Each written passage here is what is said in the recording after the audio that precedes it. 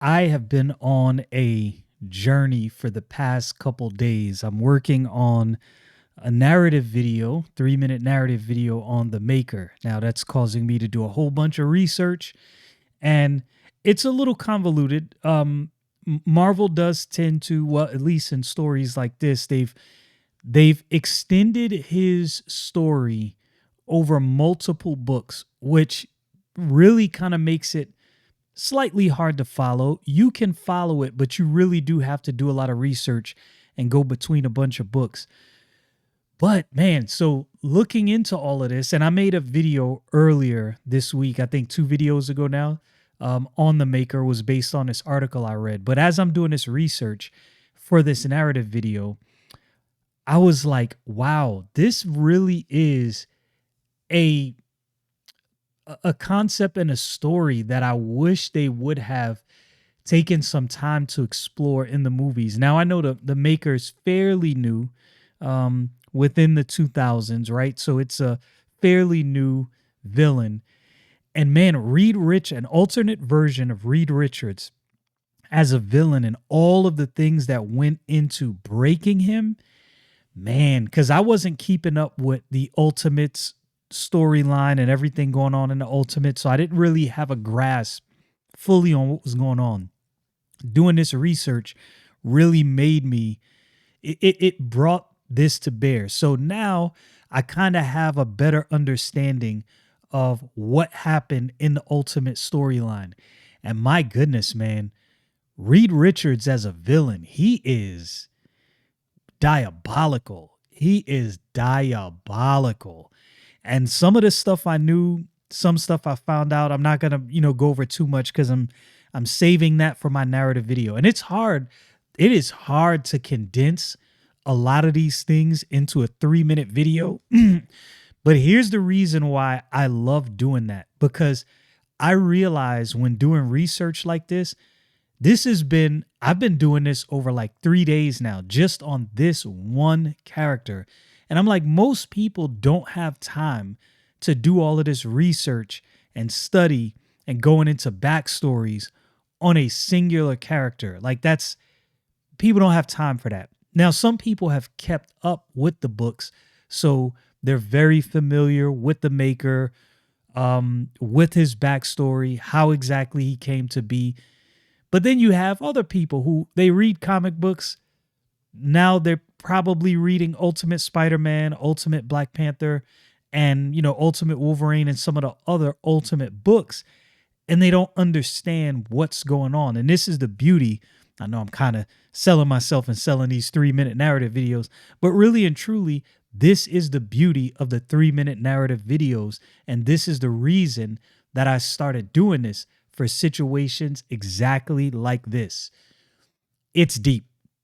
And it also made me realize if I ever started a comic book company, I'm pretty sure I would make it a rule that if you're going to have some, huge story, you got to make it a little more concise, cuz this was this was hard to chase down. Like I'm figuring out, okay, in this book this happened, and this other book this happened, and then this series started, and it kind of explains to you what happens over here and this other book and this other series. And I'm like, man, this is really spread out, which is why I believe maybe the maker isn't really understood, or the villainy of the maker isn't understood. I think, now I'm going to go out on a limb. I'm probably going to get some people in the comments that tell me I'm bugging. I'm cool with that. I'm cool with you telling me I'm bugging. But I'm beginning to think that the maker is more diabolical and more dangerous than Doctor Doom. I know that might be anathema to some, but I think he is. I think he's more diabolical than Thanos, Doom, Mephisto, Dormammu. I mean, this dude is shaping up to be. It's really a crazy Reed Richards, which most people knew that's what it was, but I didn't understand until doing all of this digging to the degree and the level of things that happen in Reed Richards' life to put him on this path, to send him in this direction. I was like, oh, this gets deep. This gets really deep. He was mentally broken, and it was like a cascading effect of things that just pushed him over the edge. And now he's got the whole universe under his thumb in the Ultimate Universe, which is crazy. It's really crazy. And I kind of wish, so when I picked back up reading comic books again, I didn't dive into the Ultimate Universe really at all, to be honest with you. And I kind of wish I would have. I'm going to have to go back and buy a whole bunch of books. I'll probably just buy most of them digitally, to be honest with you. And then slowly but surely, as I go along, pick them up. I try to make sure, and I've said this before, I try to make sure I pick up a physical copy of all of the digital books I have. But just for sake of time, if I can't find them, I'll just buy the digital copies and read them just so I have them. And plus, those digital copies help me putting together these narrative videos because I have to grab images and, sifting through comics, grabbing images and, trying to modify them so I'm just not giving away everything. I'm trying not to get a copyright strike. But yeah, man, I was very astonished at how much I didn't know about the Maker. That's probably the thing that really caught me off guard because I thought, oh yeah, I know what's going on with the Maker. No, I didn't. It went at least 4 levels deeper than I even realized because there was a lot of gaps in knowledge for me. This is one of the reasons I posted on my X account, I think yesterday or the day before yesterday. I said good Fantastic Four movies or comic books, exemplify why I love comic books. The family dynamic coupled with the good stories and the villains that they have and the complexity of the stories.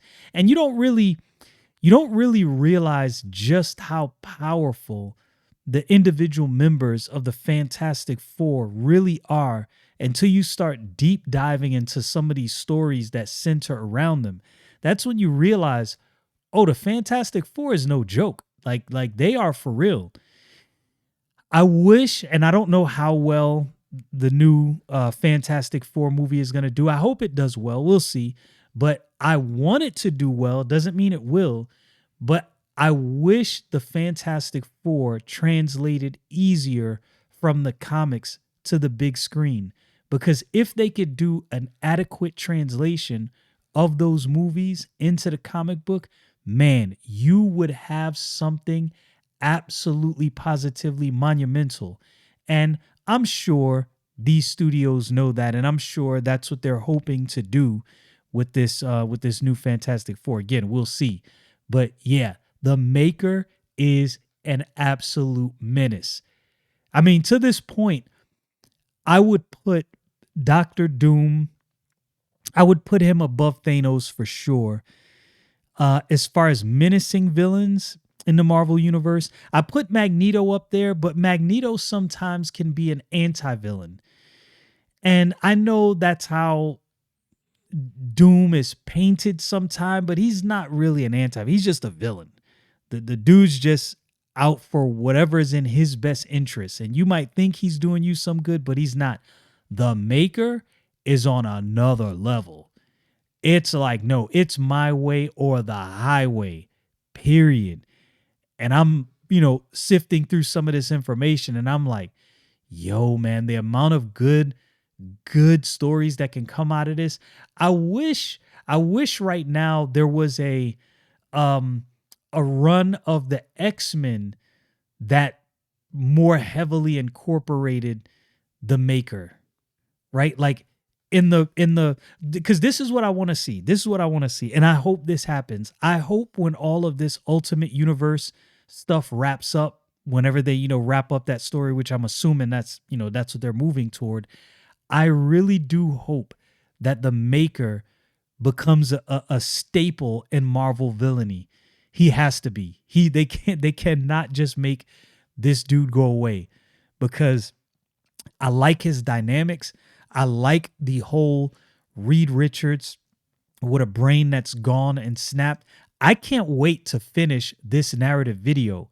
I It probably won't get a bunch of views, but this 3-minute narrative video is probably the one that I've enjoyed doing the most, and I'm putting the most effort in, trying my best to make sure that I get this thing done accurately.